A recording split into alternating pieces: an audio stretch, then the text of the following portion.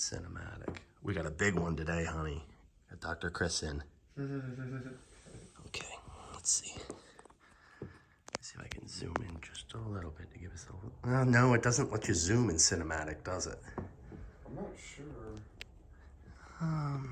Or does it? Let me see where we're at. Okay, honey.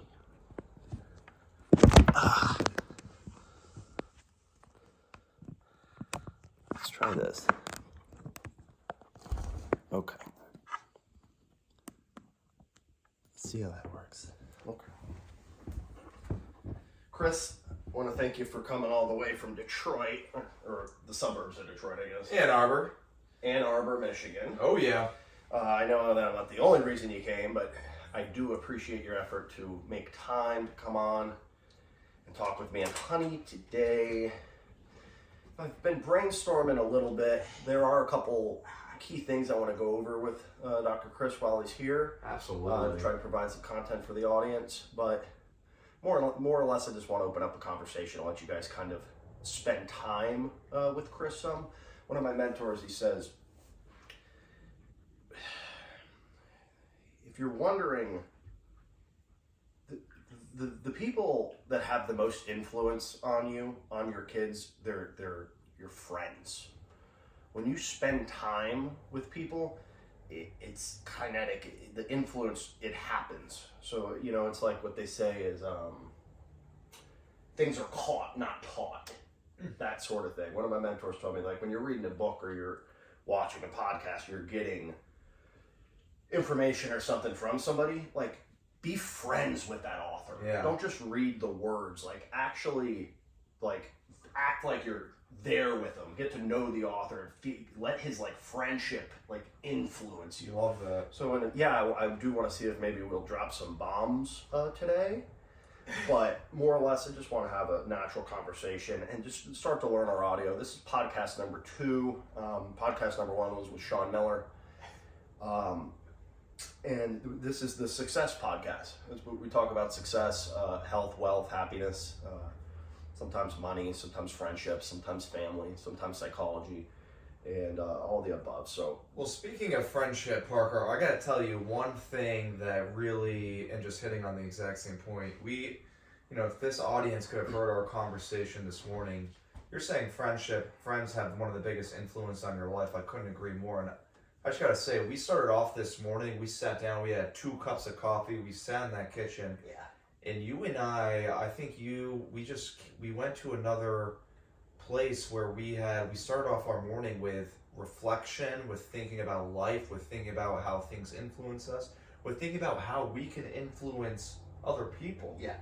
And I think taking an hour or 2 out of your day to do that with a friend is just, honestly, is one of the best ways to start a morning. Yeah. It's very productive, very, just awakens the spirit, awakens the mind, and sharpen, now we're ready to go for today. Yeah, one thing that I've been using as kind of a little tactic or just a psychological tool to bring myself into more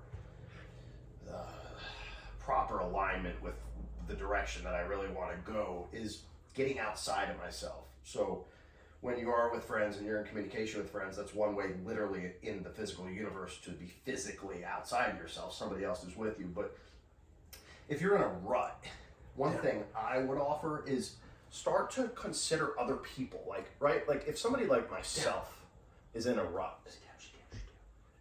been given so much, have an amazing family, have amazing friends, have charisma, have talents, have good looks, all these things. If I'm in a rut, then man, other people must also be in a rut too. So get out of trying to help myself out of this rut and help others out of the rut. God, be with my family today, be with person X today, and help him or her along their way, and be present to them. And, hopefully, hey, if I'm in a rut today, perhaps they are, and I just ask for some peace over them. Begin this process of getting outside of yourself and looking to better other people. The secret to living is giving. Start to give, and then you can start to receive. Giving sparks the receiving process. Would you co-sign that? Yeah, and one thing I would add is that I think a lot of people get hung up on the fact. A lot of people think life is about just being happy all the time. If they're not happy, they think something is wrong. They think something's off in their life. Mm-hmm. And what people don't really get is that that's not true. Life is about everything. The highs are the highs, the lows are the lows. It's up and down, and that's normal. And Mm-hmm. ruts, as you describe them, or depression, as someone else might describe them, or whatever it is, those feelings are all part of the normal human experience. Sadness is a natural part of being alive. If you don't have sadness in your life, then you are doing something wrong. And every time that happens, it makes the highs higher. That's why when you're in a good spot, Every living time that something happens, good, it makes the highs higher. you gotta, but then it also makes you appreciate the high, and you gotta just embrace those and live in those. And in the ruts, live in the ruts. Someone once said, life, it's kind of like Matt Thompson. Life is like riding a surfboard. You're in the water, big wave comes, you're up, you're riding high on the wave, but it's gonna crash. That's just a natural thing. The wave comes down, you get back, crash in the water. You got to paddle back out to sea. You got to get ready for the next wave. It's okay not to be okay. Life. You're not going to spend your whole. There's no way you're going to be on top of the wave your whole life. You just got to take it all. That's life, man. So you think it's in that understanding and in that almost acceptance of that fact that life has ups and downs that you're able to get. Because I don't think so are you trying to tell me that when you're off of the top of the wave and you're down, you're not trying to get back up? No, you try to get back up, but you just embrace. I guess the biggest insight is that by understanding that it's not a wrong or a bad thing, or like I think what happens is some people think they're in a rut because they made a mistake, they did something wrong, and if only they hadn't done this thing, they never would have been in this rut, and that's just not true. Whatever it is, you get to some new high, our body is just a human experience. You adapt to it. It becomes your new baseline. So whatever people keep trying to chase the high, it's going to be the new baseline. And once you finally get to the point in your life where you can embrace a rut as just a normal thing that you don't have to worry about, you don't have to think you did anything wrong. You can get ready, chase the next wave, find the next wave, but do it knowing that you didn't do anything wrong to not be on the wave to begin with. You know what I think is profound about that is it's win-win, because I think what I'm hearing in a sense is that if you are in these ruts, that's part of the human experience. Yeah. It doesn't have to be because you got yourself there. Exactly. And you also can live in that space, and perhaps it's that very space that introduces you to your highest highs, you're saying. So even when you are in them, you actually can pull the silver lining out of it versus having to cripple further, Yeah. And then B, what I'm also hearing is that if you adopt that psychology over time, it might get to a point where you're in it and it's not even necessarily perceived as a rut anymore. Exactly. So then it can really start that process of, like my guy Cardone says, he doesn't. Well, everybody, the big thing over the last 100 years or so is you learn from your failures. These things propel you. Cardone's like, I'm trying to get rid of all my failures. Yeah, but failure's in the mindset of it's in your mindset. What someone might look at as a failure, Cardone might. I mean, I don't know if this is what he was saying, but he might look at it as a. There's a quote from Thomas Edison that I actually love. I just read this in his book, and Thomas Edison is famous. He has thousands of patents. He invented electricity. He's genius mind. He used to sleep in the lab, just always inventing things, always thinking how can we make things better. And obviously, if you're doing hundreds of thousands of experiments, they're not all going to go well. There's certain things that he tried that just didn't work. Yep. But he said, Thomas Edison said, and I quote, said, "I never failed a single experiment. I found 1,000 ways that didn't work." So a failure is in the mind of you. What you think of as a failure, successful people, they don't think of as a failure. They think of, okay, they found something that makes them better. They found that was a constructive, whatever it was, they found a way to feed off of it that made them better. It wasn't a failure, it led them to a better place. Yeah. Trying to assess where my beliefs are on the system, And the last thing I'll say about the rut thing is that I agree with what you said, but the rut, the other thing that I think that mindset does is that the rut people get down in, but if you're thinking, if you know, like, it's just temporary, there's always another high coming, it's also like, you're like, how does it help you, like, in the rut? Maybe you don't think about it. And I think one way it really helps you is that then you're always thinking, okay, there's another wave. It gives you motivation to get through it, to like, it's not, maybe life's not great right now, but in like a couple months, like, it's not gonna, like, so you're just like, I'm just gonna grind it out, do my best now until that next one, whatever it is, comes. It's kind of a motivation to just, you gotta just keep moving. Yeah. Huh. Yeah. Huh. Trying to really get in there for a second. Yeah. And are you a pretty good practitioner of the philosophy?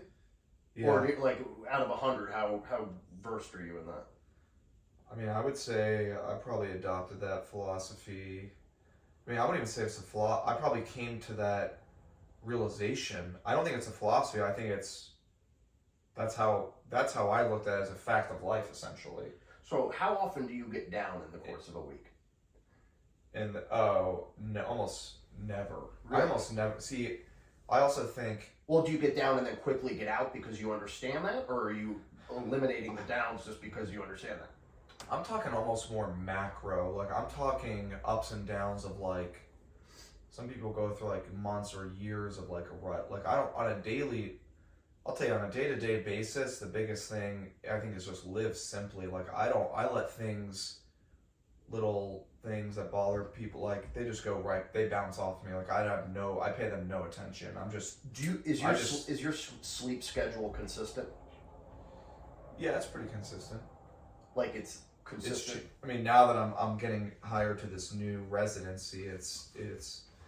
I mean, when I'm in a usual sleep schedule in residency, I usually go to bed about 10 p.m. I wake up at 5 a.m. or 4:30, and then I get home from work about 6:30, go to the gym, eat, play some video games, read, go to bed. And then when I have a day off, I will go out usually, and I'll be, stay up until 2 a.m. and then wake up the next morning. Once a week, you're kind of.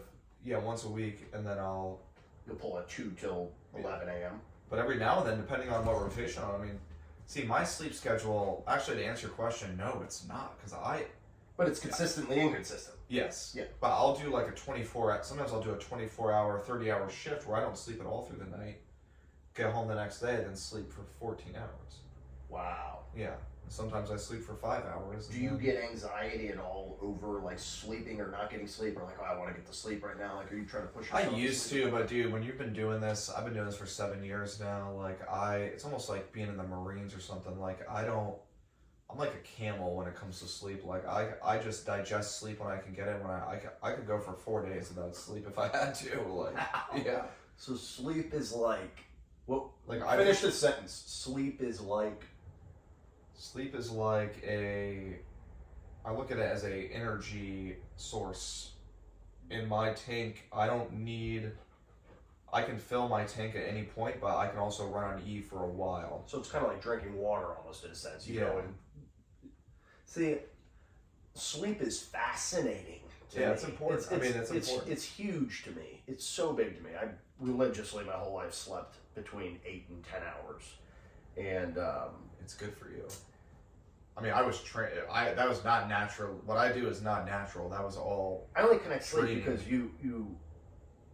I think that a portion of the audience, and I'll be honest myself, like, I think sometimes getting out of bed with optimism is tough. So when we were talking about the crests and things and going through these things, I mean, sometimes it's a macro issue to where it's like, oh, here we go again. Which might be the root of it is finding something that, like, would you say you love what you do?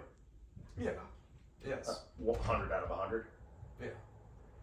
So, do you think if on that scale you were at 42 out of 100, most of what you're saying would be as easily... I mean, you're saying getting out of bed? How important is it to find what you love in life? Yeah, I guess that's the most... I mean... You'd be fine without I see what you're saying. If you... I would like to think that maybe this isn't true, but I would like to think that everyone does that, but maybe it's not. Maybe I'm now hearing you talk, maybe that isn't true. I don't know. I mean, Well, there's certainly days where I wake up and like, I mean, I go, you know, we rotate through different services. I have people I don't, you know, necessarily want to work with. So I definitely have days where like, it's not like I'm like excited to go do something, but like, I think this goes to a quote that I heard during the World Cup. It was like, what separates people. I think to answer your question, it goes to a bigger picture, because this quote, what separates people. It was one of the soccer players who was talking to a little kid who's like, "How can I be a professional soccer player like you someday?" And he's like, "Well, you got to go to practice." Like, yeah, I go to practice. You got to like, you know, be smart in school. Oh, I'd be smart in school. It's like, here's the most important thing.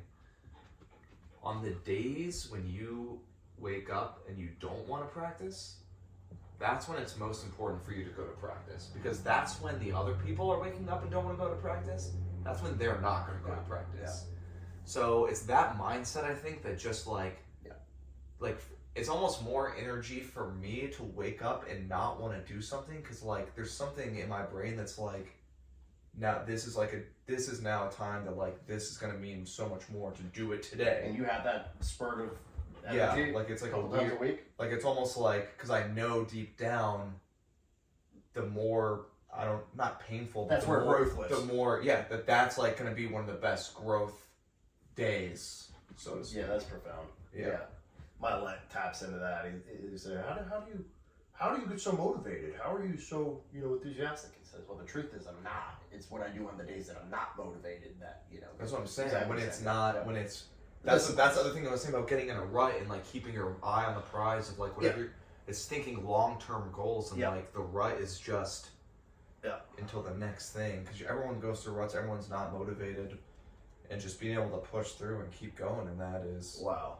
And in my opinion, honestly, I think wrestling as a child is something that gave me that ability, because wrestling, I'll tell you this, there's no worse punishment, even going to hell, than being on the wrestling team. Wrestling was the worst. I wouldn't wish wrestling football practice. My worst enemy. It's the worst thing in the entire world. It's absolute torture. Day in and day out, you're in a hot room, you're sweating, they're starving you, you gotta lose weight. So you, when you were 14, 13, 12, 11, had that psychology of knowing, I hate this, and I'm gonna do this anyways, because this is where growth lives, and I'm that type of motherfucker. Yes and no. I actually didn't have that mindset. I actually was like, I wanted to quit, but I guess it was my parents wouldn't let me, and I had no other option really. And I think realizing though at the end, once I got through that, doing that for 3 years in high school every day, that number one, it made me a better football. Yeah, whether you knew it or not, it was happening for you. And I saw the fruits. I saw down the road, like the fruits, like winning. I was third place in state, and so like that felt good. Bro, when I started learning the piano, my brother Justin, I played trumpet in middle school. I think my freshman year of high school too. We had a baby grand piano growing up, and Justin learned how to read notes, on the piano, and he'd be playing the piano, and I knew a couple songs memorized, just feebleness really, and Justin was playing the piano, I'd sit in that living room, and I'd be like, damn, I want to do that. And then eventually he started to show me how to read notes and match things, and my early days of piano were incredibly difficult. I used to cry on the instrument. Hard, you're saying? Totally hard. Totally difficult. Well, last night what you were playing was. Yeah, so I'm saying I relate my piano playing to things. People go, I can play the piano. Like, my predisposition to playing the piano well is probably the bottom 5% of the world. You're saying natural. I went you're saying totally natural. From the ground up, time, energy, determination, and desire. Totally. And now you crush it. Now you can pick any. I can name any song, and you can pull it up and play it immediately. To some extent, I mean, but. Yeah, I mean, it's when you have experiences and you live through experiences that you can put an analogy to. And as wrestling, I gained this experience through the piano and other things. I did that. That's really interesting. That's the thing about having a kid, though, man. You have a kid. Like, see, you can't take having a kid lightly. Like, hell no. That shit. Like what my parents did with wrestling, what your parents did with the piano. It's like that's going to decisions that you make for your kid when they're 10, 11, 12, that's going to shape their entire life. Oh yeah. So I'm just saying, I mean, I'm not even close to having a kid, hopefully, but well, that's you got to think but about that. I think there's a little I think there's a little variation in there. In terms of what? I mean, my parents I don't think you can totally. Well, maybe you can, and then my parents just totally hit a home run with me. But I didn't get. I mean, my parents let me get through high school without slapping my ass with a belt because I brought home a C or a B. I wasn't locked in my room to do homework in high school. I'm not saying that that's totally. You were forced to go to football practice every day. Well, my dad let me quit basketball and baseball in high school. But not football. He let me quit basketball and baseball. But aren't you glad? But now looking back, isn't it? You wanted to quit. Well, I'm saying you would have quit football. I wouldn't have quit football. You used to sit in the locker room and I talk hated us it. More than anything in the world. You hated it. I'm saying. I think if you got, man, children really do fascinate me because I mean the genetics and just the God will put into them. I think if you got a Lamborghini of a kid, if you pop one out, you just got the eye to say that's a special kid right there. You got to take care of it. Well, I think you got to clean it. I'm not a micromanager guy. I like to sit on the outskirts and I like to let things play out. I think that. But you shape your world. Yeah, but I shape my world in perhaps because I was able to shape my world. Yeah. Things weren't thrust on me. Well, there's a difference. I'm not saying thrust, but there's also, I think your child will be taught principles and they'll be, a child needs leadership and you as a leader, that's going to be you're going to be a great dad. And I mean, obviously there's different ways to teach. It's a nuanced game, but I'm saying you're going to lead your child. But you can lead without forcing things on them. Humans are the only... You can shape them. Humans are basically the only living thing on the planet that has the potential to really grow higher or further. You don't ask, how high did the tree grow? It grew as high as it could. Yeah. It's like, how... Well, it's psychology, yeah. Yeah, so I'm saying, but for a sense, I want God to do the majority of it. I want to say, God, here's this through you. Help me do the best I can, but I don't want to get in the way so much. No. Your will be done, not mine. And I'm saying I think we'll transition a little bit to one thing that's been close to me, that I've been hearing a lot is pride. Okay. Pride is about one of the deadliest sins. Yeah. It's a tough world, and what happens is. From the Bible, it goes, the meek shall inherit the earth, and some of the lines it's harder for a rich man to get to heaven than something to go through the eye of a needle or something. It's gonna be. That means it's gonna be really tough for you to get into heaven. Right. Well, so in a lot of ways, because when you have so much, you start to believe it's yours. You start to be there. A rich man might not call to God because he's like, wait, I did this, I got this. To where the poor man over here, the one out here, is constantly calling to God because he's saying, I need you. So my point is with that is it's I don't want to pretend. Of course, I'm going to impact it, and I think it's very healthy to be obviously a tremendously hands-on parent. Yeah. But I would advise to most parents just to trust in the process that kid's gonna figure it out. I'm not qualified to make a statement like that, but with Honey Bear, I don't do too much. My wife does a lot of the micro stuff. Honey Peterson says, don't ever let your kids do something that'll make you hate them. If the kids are doing something that makes you hate them, you want to, maybe this is a little counter what I'm saying, but you want to get rid of it pretty quickly, because if you let it happen, you're then gonna ultimately, when they come up to you and ask you for something, you're gonna be like, no, I'm with you. I'm doing this right now. You're gonna end up resenting them one way or the other. It's gonna trickle on down, and it's gonna come out. It's gonna trickle out. You let them get away with something here, that might be good, but I don't know. But I don't know. That's just the way I feel. What would be what would be something that you might consider that for your child? I just I like to let people have their fair share in life. I know what it's like for me to get my life going. Yeah. I need tactics like the ones you were just talking about before. I need to do this. I need to do that. So I don't like to get in people's way. Obviously, I got to get in my 1-year-old, 2-year-old, 3-year-old, 7-year-old's way at times. Yeah. But I think sometimes, like, a human being fully alive, like, I think you want to let humans find stuff out on their own, because when they find it out on their own, they'll really make gains. It's like in the market. Like, man, I want to go down on my thoughts. If I lose a lot of money, like, I want it to be like, I thought that was my decision. Yes. I don't want you to tell me a damn stock, me put 20 grand in it. Right. Yeah. I'd be like, well, this is Miserable. That'd be miserable. That's misery to me. Yeah. So it's like, I think you want to let people, like, figure out their jam and then celebrate them for their thing. And if you can assist, then you can assist. Yeah. You know? I don't know if I said anything in the last 6 minutes, but No, I agree. I like that. sometimes you gotta, like, just have faith in the process. Have some damn patience. Don't cry over stuff. Like, let it play out. It might not be that big of a deal. Yeah. You know, that's the real thing. Is like it doesn't have to be that big of a deal. Like if the carpet was stepped on from the vacuum, it's the carpet. Yeah. You know. That's good. What do you think about I like that look. Oh, that one's so That funny. Look at him pulling that picture. Yeah. Gangster. The Gillette pictures Yes. too good. So good. Dude, what a great trip, man. Really legendary. This slides. I gotta figure out how to do this on my TV. This is Easy. You have awesome. Apple TV?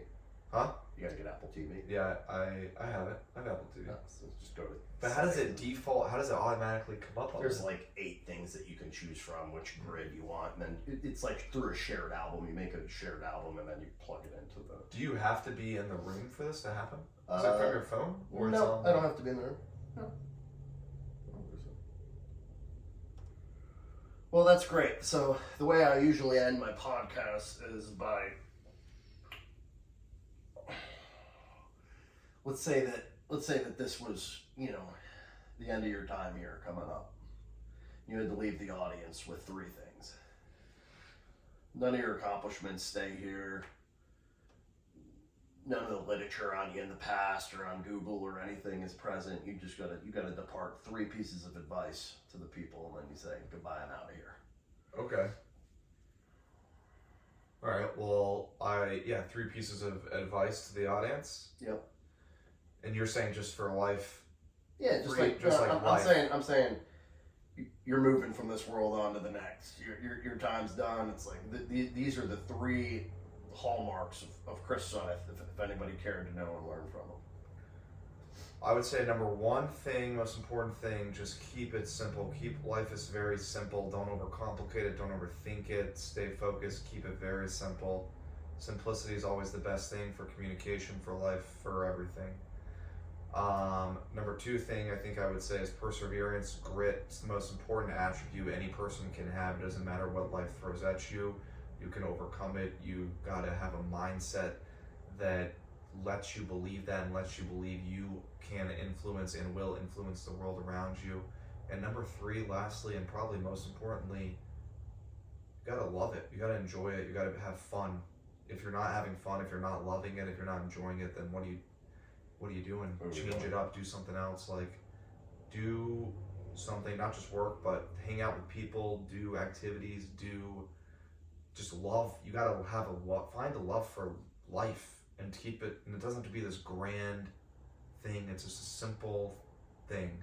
Keep it simple, be perseverant, and love it. Enjoy life. Beautiful. That'll end number 2 podcast of the Success Podcast. Thanks so much for watching. If you are, hit a like, hit subscribe, help me grow the channel, and we'll see you in the next podcast. Thanks so much. Yeah.